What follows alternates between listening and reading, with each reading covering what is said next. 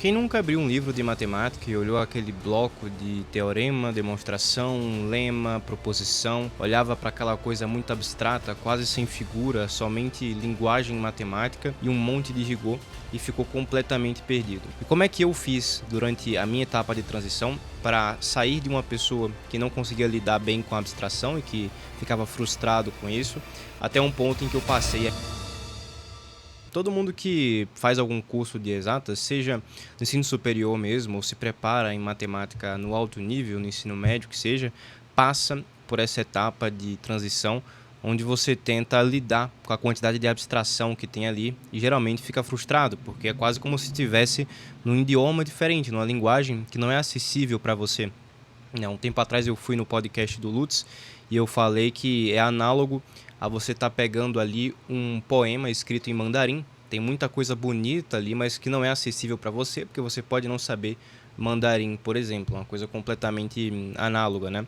E como é que eu fiz durante a minha etapa de transição para sair de uma pessoa que não conseguia lidar bem com a abstração e que ficava frustrado com isso, até um ponto em que eu passei a enxergar a beleza por trás dessa abstração, das ideias que tem ali, da quantidade de esclarecimento que você consegue quando você abraça o abstrato. Então é isso que eu vou falar com você aqui nesse vídeo, tá?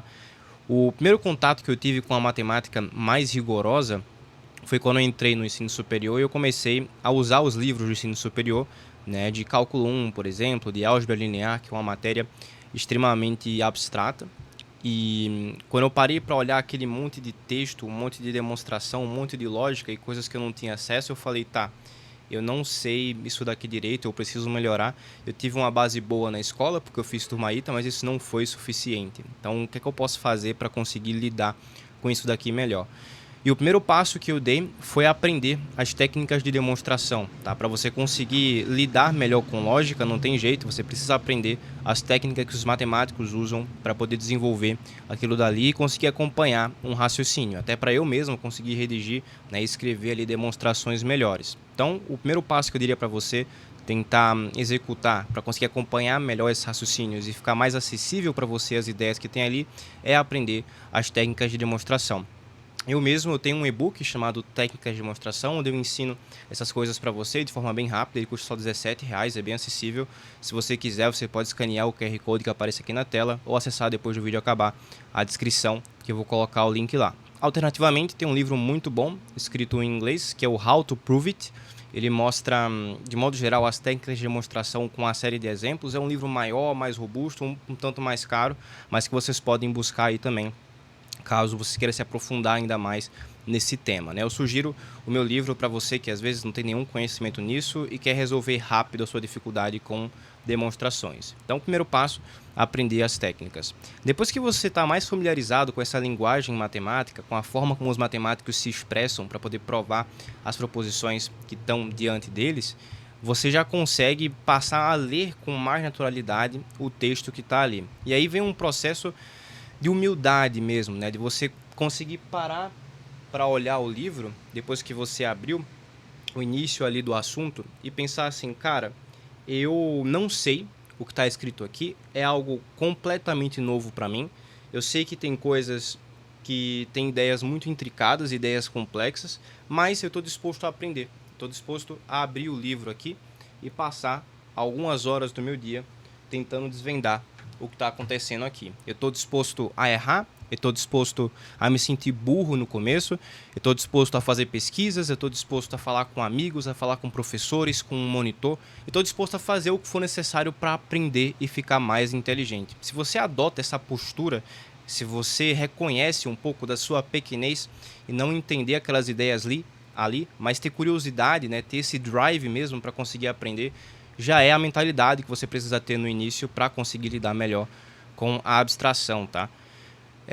Dificilmente, se você não é uma pessoa interessada em matemática, você vai ter essa motivação suficiente para poder seguir com esses passos que eu acabei de te falar. Mas, cara, matemática é muito bonito e matemática realmente te deixa mais inteligente. Então, mesmo se você for uma pessoa que não necessariamente é tão interessada assim em matemática, que sirva aí como incentivo e como primeiro passo para você acessar esse mundo que hoje talvez seja inacessível para você. Então, Conhecer as técnicas de demonstração é uma primeira etapa aí de pré-requisito, e abraçar com o coração realmente aberto e humilde que você não sabe aquelas coisas, que você vai precisar se frustrar um pouco, né, se dedicar um pouco para conseguir alcançar aquilo, é uma outra etapa inicial de mindset mesmo que você precisa ter.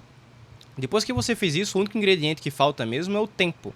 Se você se expor ao tempo, a estudar por bons livros, a estudar por autores que fazem discussões e que realmente traz clareza ao que você está vendo ali, dando esse tempo ao tempo, você vai aprender, você vai ficar mais familiar com as técnicas daquela área específica, com a forma como os matemáticos que desenvolveram aquilo pensam, né? Os matemáticos, eles não têm, os matemáticos puros pelo menos, eles não têm muita pretensão de que haja aplicabilidade imediata do que eles estão desenvolvendo ali na vida real. Eles fazem a matemática por ela mesma, pela beleza intrínseca do que tem ali, pelas ideias que eles estão desenvolvendo, pela cognição humana mesmo que está sendo ampliada pelo trabalho do que eles estão fazendo ali. É por amor, né, em relação às ideias e pelo que você consegue acessar de beleza quando você está trabalhando com aquilo dali. Existe uma área da matemática, que é a matemática aplicada, que vai pegar esse conhecimento puro e vai procurar dali sim extrair coisas para a tecnologia, coisas que possam melhorar, de modo geral, não só a cognição humana, mas também a qualidade de vida humana, né? Então tem essas duas áreas da matemática direcionadas para isso daí. Mas se você quer se comportar mais próximo de um matemático puro, de um matemático que está estudando aquilo dali pela beleza, para poder ficar mais inteligente, então você não pode ficar tentando necessariamente, naquele momento, tentar traçar paralelos com a vida real. Aquilo dali é um mundo diferente, é um mundo que é, entre aspas, inacessível às coisas do mundo real, que você tem que imergir mesmo, tem que aprender aquela linguagem, tem que aprender como aquilo está sendo pensado, né? Por isso que as pessoas dizem que geralmente os matemáticos estão destoados, né? Estão meio malucos em relação ao mundo real. Mas não é nem que os matemáticos sejam malucos, mas que eles estão tão acostumados com aquele mundinho ali, que eles acessaram e viram que o tanto que é bonito, que o mundo real às vezes até parece um pouco sem graça quando você para comparar, né? Você não precisa ser assim. Se você está estudando matemática por hobby, ou se só faz parte da sua grade curricular, se de alguma maneira está relacionado à sua carreira, você pode seguir num caminho mais equilibrado. Você pode procurar acessar esse mundo, mas sempre tendo um pé no chão no mundo real, né? Mas enfim, recapitulando, técnicas de demonstração, ter o mindset correto e ter exposição de tempo. Se você fizer essas três coisas, você vai conseguir lidar com a abstração muito melhor, você vai conseguir ter desempenho melhor na sua formação, vai conseguir acessar uma beleza ali que para a maioria das pessoas é inacessível, tá bom? Então eu espero que você tenha curtido esse vídeo e que você já saia daqui começando a aplicar essas três dicas que eu te contei. Bons estudos e a gente se vê no nosso próximo vídeo.